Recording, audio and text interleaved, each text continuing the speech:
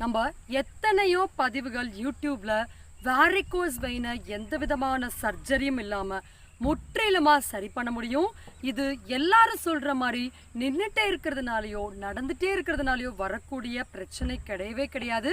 நாம் உண்ணக்கூடிய தவறான உணவு பழக்க வழக்கம் காரணமாக நம்ம காலில் தேங்கக்கூடிய கெட்ட ரத்தம் தான் வாரிகோஸ்ல ஏற்படக்கூடிய எல்லா விதமான பிரச்சனைகளுக்கும் புண்களுக்குமான காரணம்.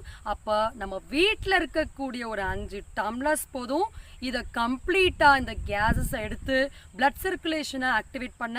நம்ம கூட அடிஷ்னலாக கான்சன்ட்ரேட் பண்ணக்கூடிய உணவு பழக்க வழக்கம் பற்றி தான் இந்த பதிவில் நம்ம முற்றிலுமாக பார்க்க போகிறோம்.